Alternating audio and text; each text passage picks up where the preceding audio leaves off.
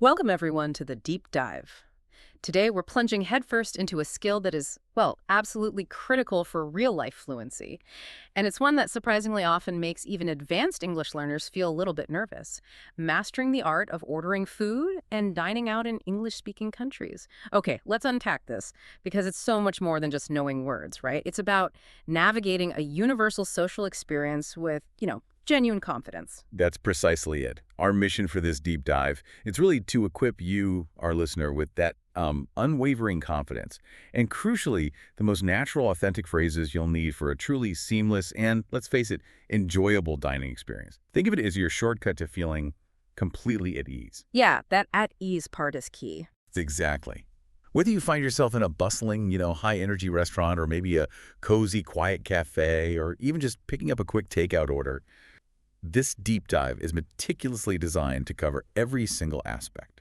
We'll be moving from the very foundational elements, like truly understanding the nuances of a menu, Yeah. to navigating those surprisingly subtle and often overlooked conversations you'll have with waitstaff. There's little interactions that can trip you up. Right. Our goal is to ensure that by the end of this, you'll have not just one, but a series of aha moments for all those common scenarios. The ones that might currently feel daunting or maybe overwhelming. We're talking about unlocking the sort of hidden logic behind dining etiquette. I hear it all the time. That anxiety is absolutely real.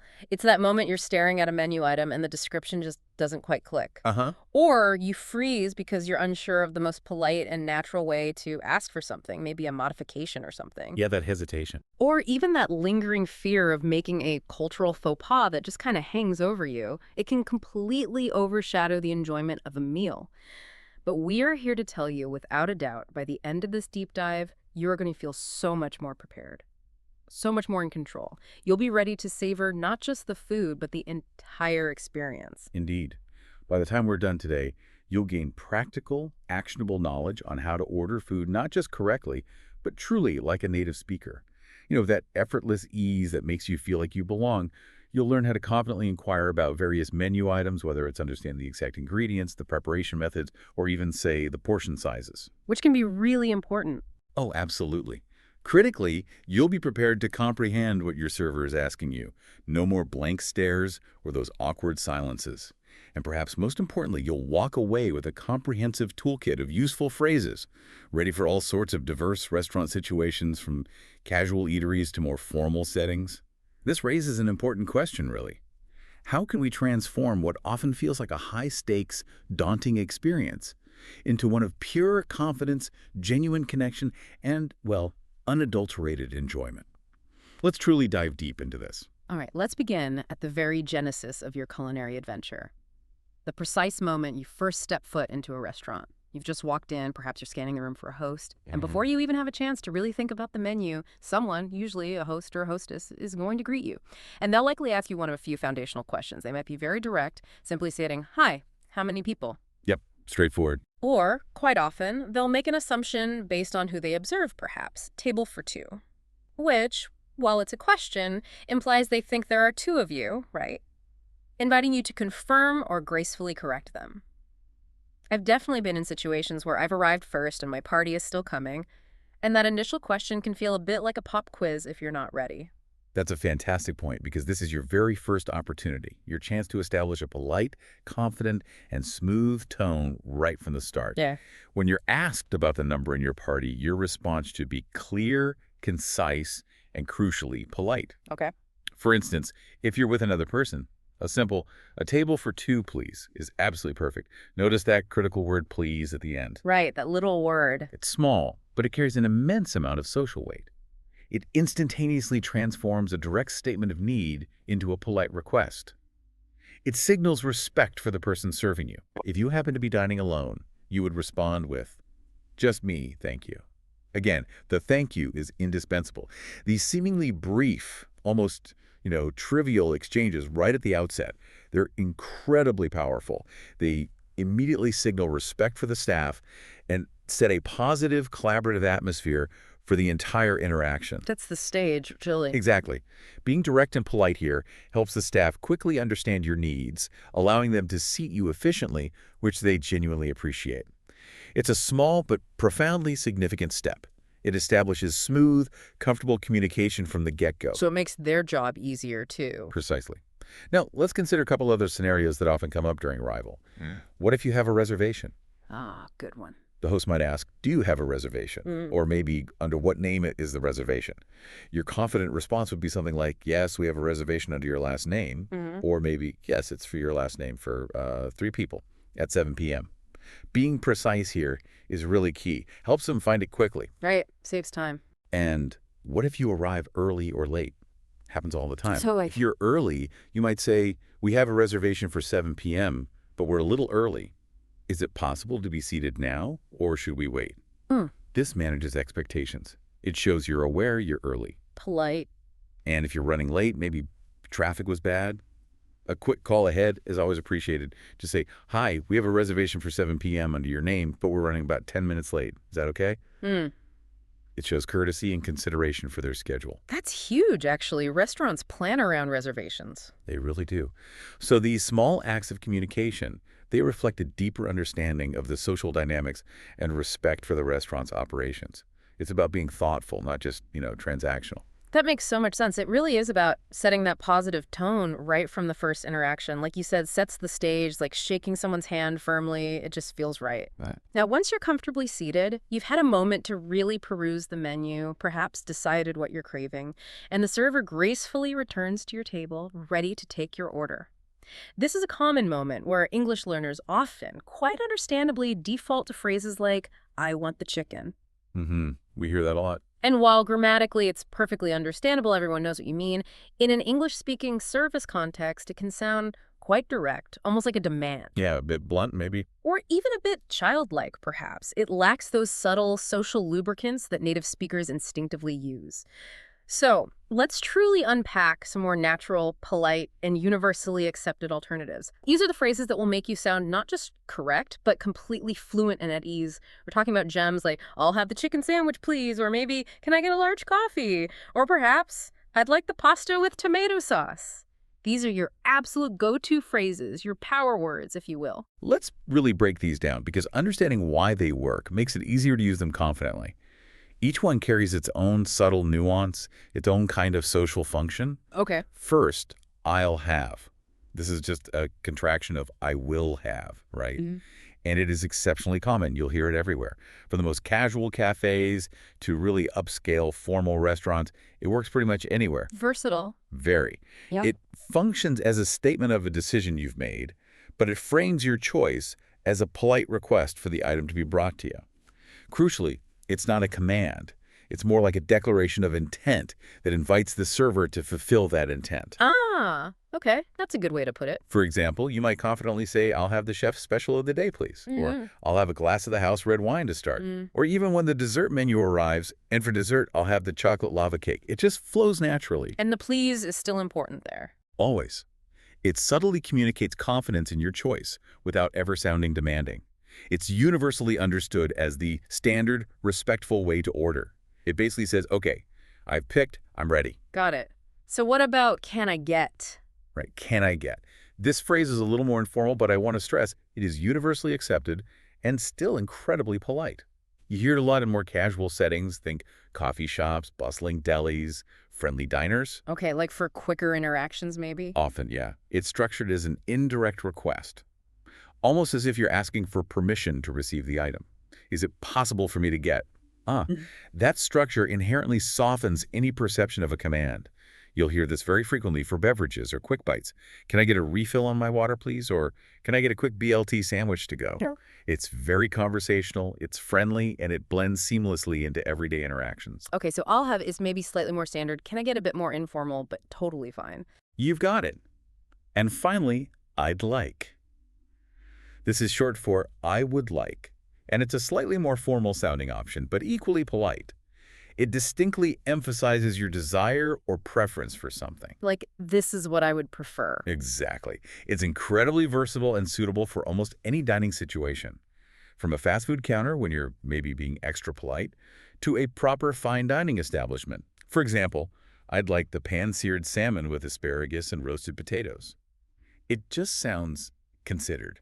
thoughtful. It does sound a bit more elegant, maybe. It can, yeah. It shows you've put some thought into it. It's a very safe, elegant, and polite option to use if you're ever unsure which phrase fits best, or if you just want to err on the side of formality. You really can't go wrong with "I'd like." Okay, those three make sense. I'll have "can I get I'd like." Now, let's explicitly compare these more nuanced phrases to the bluntness of "I want." Mm. Imagine walking into I don't know, a high-end boutique and saying to a sales associate, "I want that dress." Ooh, yeah. Feels wrong. How does that feel? It sounds abrupt, doesn't it? It implies a certain level of entitlement, almost like you're stating a demand rather than engaging in a polite transaction. Right, like you're ordering them around. Exactly. In a service context, using "I want" can sound demanding, impolite, or, as we mentioned, even a bit childlike. Like you haven't quite grasped the subtle social expectations of a polite interaction with someone providing you a service. The perception is immensely significant. Choosing "I'll have," "can I get," or "I'd like" makes a substantial difference in how you are perceived by the staff. It's like the difference between "give me that" and "may I have that, please." Worlds apart. Precisely. One is a direct imperative, a command. The other is a polite request that acknowledges the other person's role in fulfilling it. These more nuanced phrases signal that you understand and respect the social etiquette of dining, and that fosters a much, much more positive interaction. That analogy of the boutique makes it crystal clear. It's not just about the words, it's about the implied social contract, the respect. So, okay, beyond just picking my dish, using those great phrases, what if I want to ask about, say, the daily special? Or maybe get a recommendation. I don't want to sound like I haven't even looked at the menu. Oh, that's an excellent question, and it's a very common and totally welcomed interaction. Asking about specials or recommendations is a perfect opportunity to use these phrases and engage more dynamically. It shows you're interested. To inquire about specials, you could simply ask, "Do you have any specials today?" Or, "What are today's specials?" Very straightforward. Easy enough. If you're looking for a recommendation, you could say, "What do you recommend?" That's very general. Or maybe, "What's popular tonight?" Hmm. Or you could get even more specific, like, "I'm looking for something light. What would you recommend?" Or, "I'm trying to decide between the fish and the chicken. What's your favorite?" Mm. This shows you've thought about your preferences, but you're open to guidance from someone who knows the menu best. That's smart, actually. Use their expertise. Exactly. And what about for a group order? Maybe someone else at your table isn't quite ready when the server comes. You could say, "I'll have the pasta, please, and my friend just needs a few more minutes," or, "We're ready to order, but he just needs another moment, thank you." Mm. These little conversational flourishes demonstrate flexibility and consideration for everyone involved. It's all about that smooth, respectful flow. Makes the whole table feel more relaxed, too, probably. Definitely. So, you've chosen a dish, or maybe you're narrowed it down, but the description isn't quite clear. Or perhaps you have a very real and important dietary concern. It's incredibly important to remember that it is perfectly normal and indeed expected to ask questions. There's absolutely no need to feel embarrassed or shy about it. Not at all. Or to pretend you understand something when you don't. In fact, asking polite, clear questions ensures you get exactly what you want and, more importantly, stay safe if you have allergies. I still remember a time I ordered what I thought was a simple chicken dish in another country, only to find it was smothered in a sauce I absolutely couldn't stand because I just didn't ask what was in it. A little question up front can save a lot of discomfort later. Oh, absolutely. That's a perfect example. Asking questions is a definitive sign of confidence, actually. It ensures a satisfactory dining experience for you. And moreover, it significantly helps the staff serve you better and more safely. Let's delve into specific phrases for clarifying menu items and addressing various dietary needs. Okay, great. First, for clarifying dish contents. If the name of a dish isn't immediately transparent, some names are quite fancy or obscure, or you simply want more detail about its main components or preparation, you can use direct but polite queries. For example, "What's in the chicken Alfredo?" This invites a brief, to-the-point description, maybe the type of pasta, the sauce, any added veggies. Straightforward. Very. Or, if the dish name gives you absolutely no clues whatsoever, like chef surprise or something, Oh, yeah. you can use a broader question like, "Can you tell me what's in this dish?" Or, "Could you describe this dish for me?" This encourages the server to provide a more detailed explanation.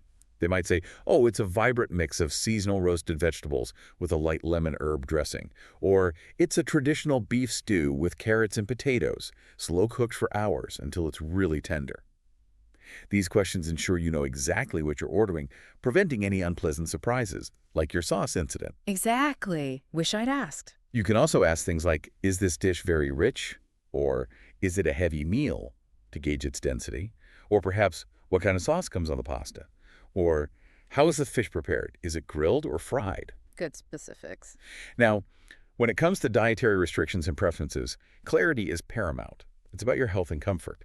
For instance, if you're concerned about spice levels, a simple, is this spicy, is absolutely vital. You definitely don't want to be caught off guard by a dish that's way too hot for your palate. Oh, definitely not. Been there too. And if you have allergies, clear communication is not just polite, it's an absolute necessity for your safety. This is non-negotiable. Phrases like, does this have nuts? I'm allergic. Or, I have a serious shellfish allergy. Does this dish contain any seafood or shellfish products at all? These are crucial. Stating your allergy directly and clearly helps the server immediately understand the gravity of your question. It alerts them straight away. Exactly. It allows them to provide accurate information or maybe double-check with the kitchen if they're unsure. They might say, let me just double-check with the chef on that for you, but typically no nuts are used in that dish. Or perhaps, yes, we can definitely make that gluten-free for you.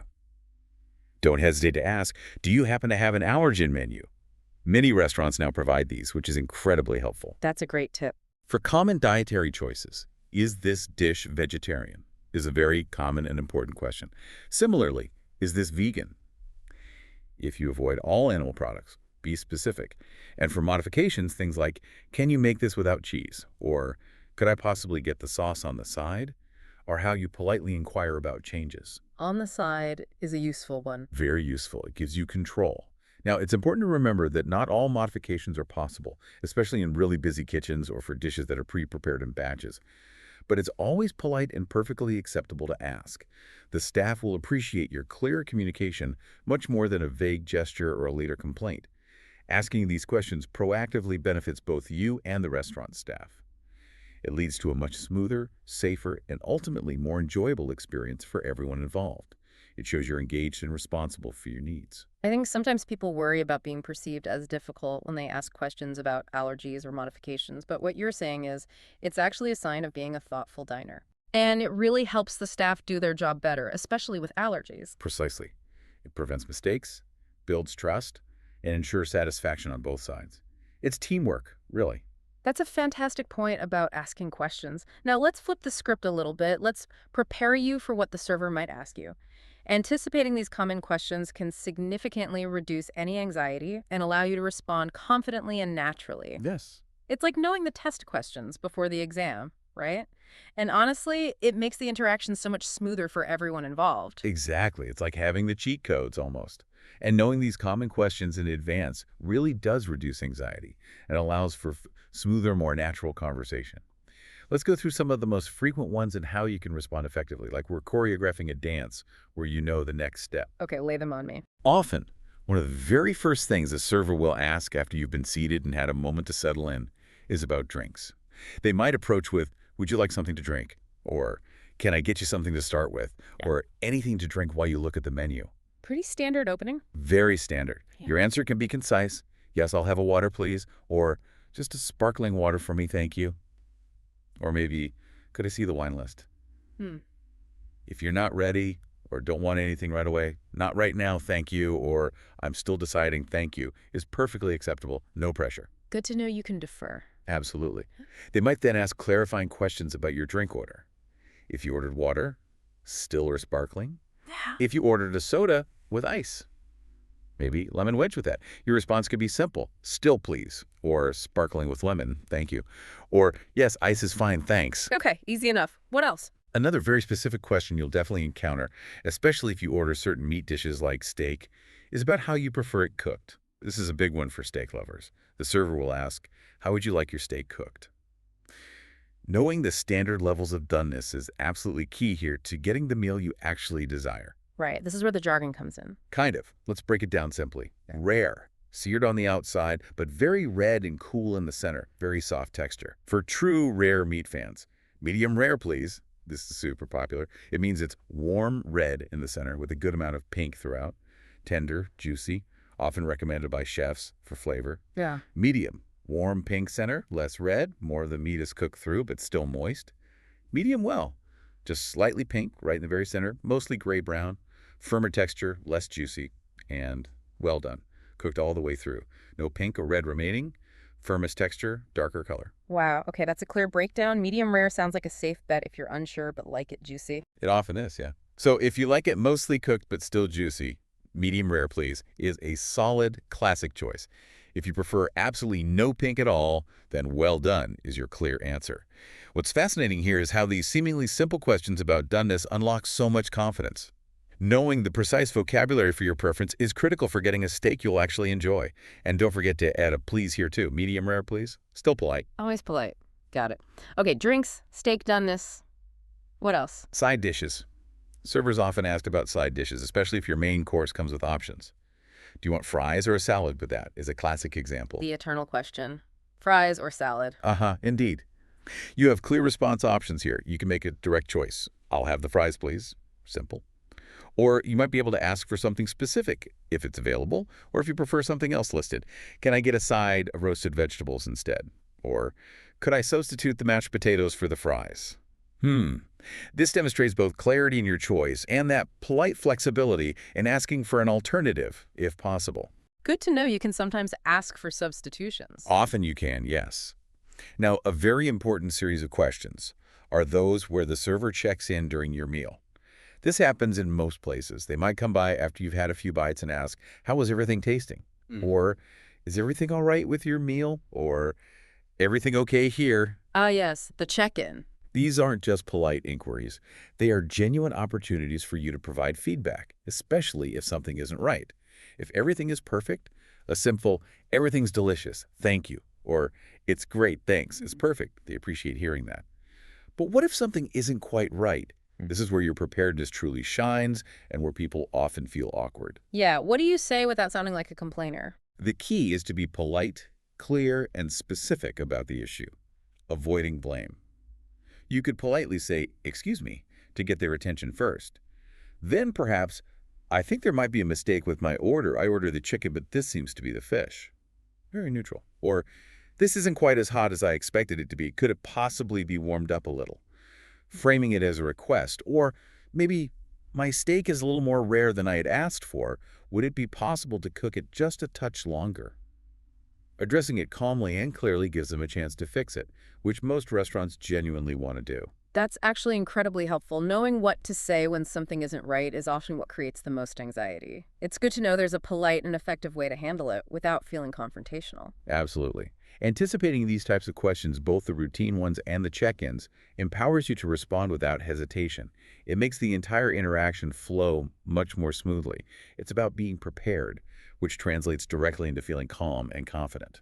Less mental energy spent worrying, more spent enjoying the food and company. All right, so you've savored a delicious meal, perhaps enjoyed some delightful conversation, the plates have been cleared, and now it's time for the final, often crucial, act of your dining experience, paying the bill and gracefully heading out. Just as with ordering, there are typical cues and phrases for this part of the process, and some very important cultural nuances to consider, as you mentioned earlier. Indeed. The end of the meal has its own rhythm. The waiter will often signal that it's winding down or inquire if you're ready for the check. They might approach your table and ask, would you like the check? Or anything else for you tonight? Or maybe just, are you all set? Kind of gentle prompts. Exactly. These are your cues that it's appropriate to request the bill or confirm you're finished ordering. Your response should be just as direct and polite as before. You can simply say, can I get the check, please? Or could we get the bill, please? Yay! Just a quick note. Check is generally more common in American English. Bill is more common in British English, but honestly, both are widely understood pretty much everywhere. Good to know. Either works. Pretty much. Yeah. Or if you've already had everything you need and are definitely ready to leave, you could respond to anything else for you with, no, that's all, thank you. Just the check, please. Again, the please and thank you are absolutely crucial here.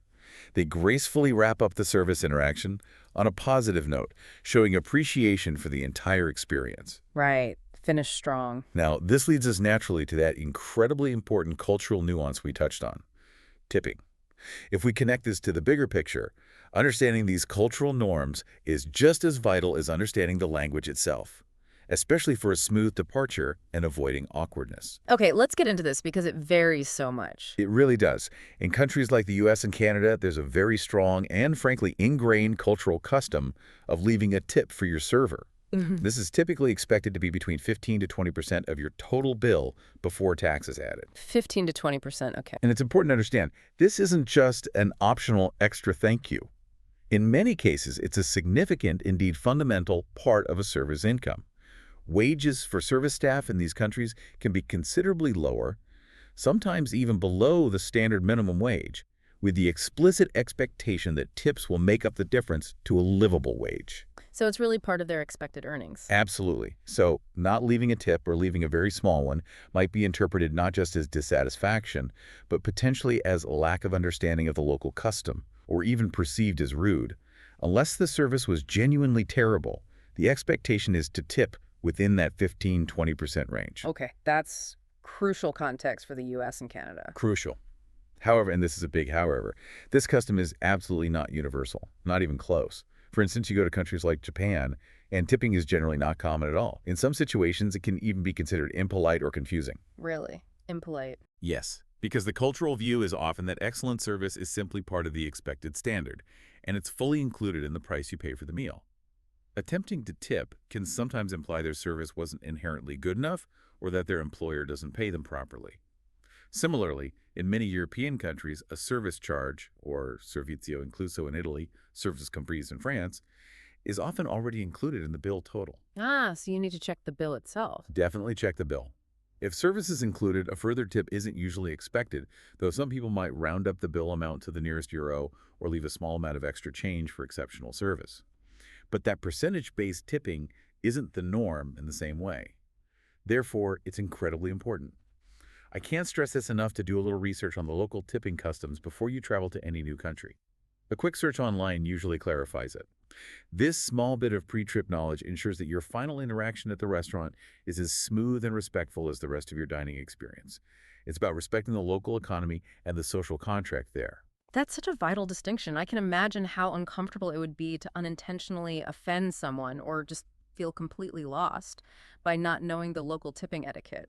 Huge takeaway there. So what about other common requests at the end of a meal, like, say, getting a doggy bag for leftovers? Is that still a thing? Or splitting the bill with friends? Excellent follow-ups. These are indeed very common end-of-meal requests, especially in places with larger portion sizes. For leftovers, yes, asking to take them home is very normal in many places, particularly North America. You can politely ask, could I get a to-go box for this, please? Or, could you wrap this up for me? Or, can I take this home with me? The term doggy bag is still understood and kind of quaint, but maybe to-go box or takeout container sounds a bit more modern and direct now. But people will know what you mean. Okay, to-go box sounds good. And splitting the bill. Always potentially awkward with a group. It can be, but staff are usually very accustomed to it. Yeah. If you want separate bills before ordering, sometimes that's easiest, but often it happens at the end. You can say to the server, can we get separate checks, please? Or, could you split this for us? Oh, if you want to be more specific, you can say, we'd like to pay separately, or could we split the bill evenly among the four of us? Sometimes people get really specific. Can you put my meal point on this card and her meal point on that one? Yeah. As long as you're clear and polite, they can usually accommodate it, though it might take them an extra minute. Good to know. It's usually manageable if you ask clearly. Exactly. And finally, as you're actually leaving, perhaps after paying, a simple thank you for the meal or everything was delicious, thank you for the great service, directed towards your server or the host is a wonderful way to express appreciation. It leaves a positive, lasting impression. It's just a small gesture, but it acknowledges their effort and goes a long way in creating goodwill. A nice final touch. That's such a crucial point about cultural differences with tipping, and it really extends beyond just money, doesn't it? Because in English-speaking cultures, especially in dining, it's not merely about the specific words you say. It's also profoundly about the manner in which you say them, and your willingness to engage beyond just the transactional, I order, you bring, I pay. Yes, absolutely. You've hit on something really important there. The profound impact of simple courtesies like please and thank you cannot be overstated. These aren't just polite little additions to your sentences. They are expected. They're integral, really, to nearly every service interaction in English-speaking countries. They are the essential social lubricants that make interactions smooth and pleasant. Like oil in an engine. Great analogy. For example, when ordering, "I'll have a latte, please," sounds so much softer and more respectful than simply barking, "I'll have a latte." The please subtly transforms what could be perceived as a demand into a polite request. It acknowledges the service being provided to you. And when receiving something, your food, your change, a refilled water glass, "Thanks so much," or "I really appreciate it," are warm and customary ways to genuinely show gratitude. These small phrases transform a purely transactional exchange into a pleasant human interaction for both you and the staff. It builds a little mini relationship, however brief it might be. Makes everyone feel better. It does. Beyond these core courtesies, there's also the pervasive and sometimes misunderstood practice of small talk, particularly prevalent in North American and British culture, maybe less so elsewhere. Your waiter might approach your table during a quiet moment and genuinely ask, "How's your day going?" Or maybe reference the weather, "Staying dry out there," or just, "How's everything tasting tonight?" Or, "Are you enjoying your meal?" Yeah, those little conversational openings. Exactly. Yeah. It's absolutely important to understand that these are usually not deep inquiries into your personal life or a demand for a detailed critical review of your meal right then and there. They are conversational pleasantries. They're designed to create a friendly, comfortable, and welcoming atmosphere. They're part of the social glue. Making it feel less formal, more human. Precisely. It makes the dining experience feel more enjoyable, less stiff, and more authentically human. So how do you respond? You don't need to feel pressured. You don't need to launch into a long, detailed story about your day or a comprehensive critique of the sous vide technique used on the chicken. Appropriate responses are generally brief, positive, and ideally reciprocal. "It's going great, thanks. How about yours?" Or, Yeah. "Everything's wonderful, thank you." Or, "Yes, enjoying it very much, thanks." Keep it light and friendly. Exactly. These responses are sufficient to acknowledge the small talk, reciprocate the friendly tone, and keep the interaction flowing smoothly. Engaging in this light conversation, even if it feels a little superficial or maybe unfamiliar depending on your own cultural background, integrates you much more naturally into the cultural context of that dining environment. It shows you're approachable, friendly, and willing to participate in the social aspect of dining, not just the eating part.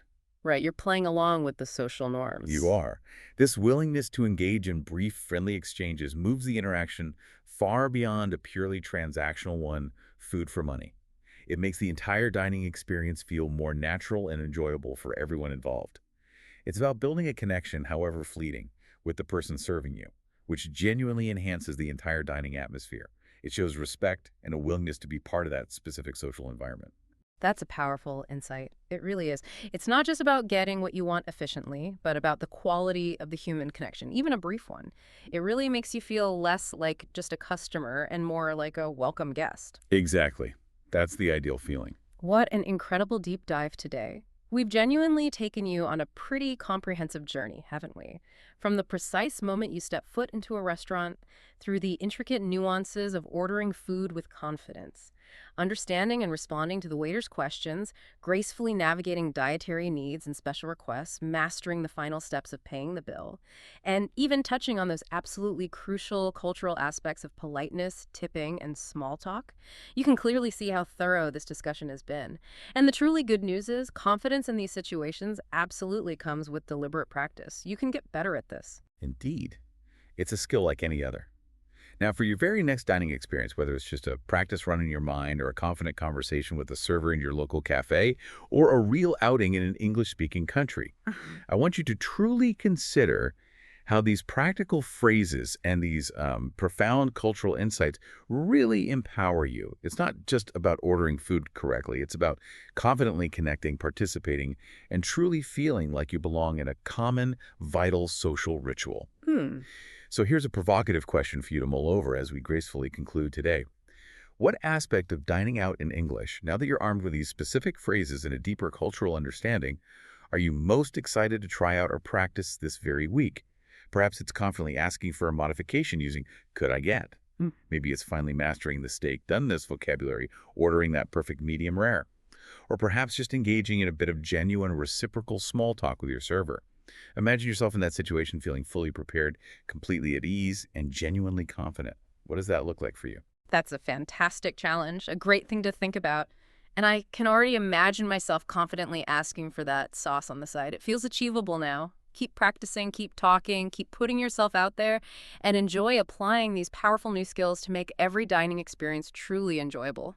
We'll catch you next time for another deep dive into making life easier and more interesting. Until then, take care.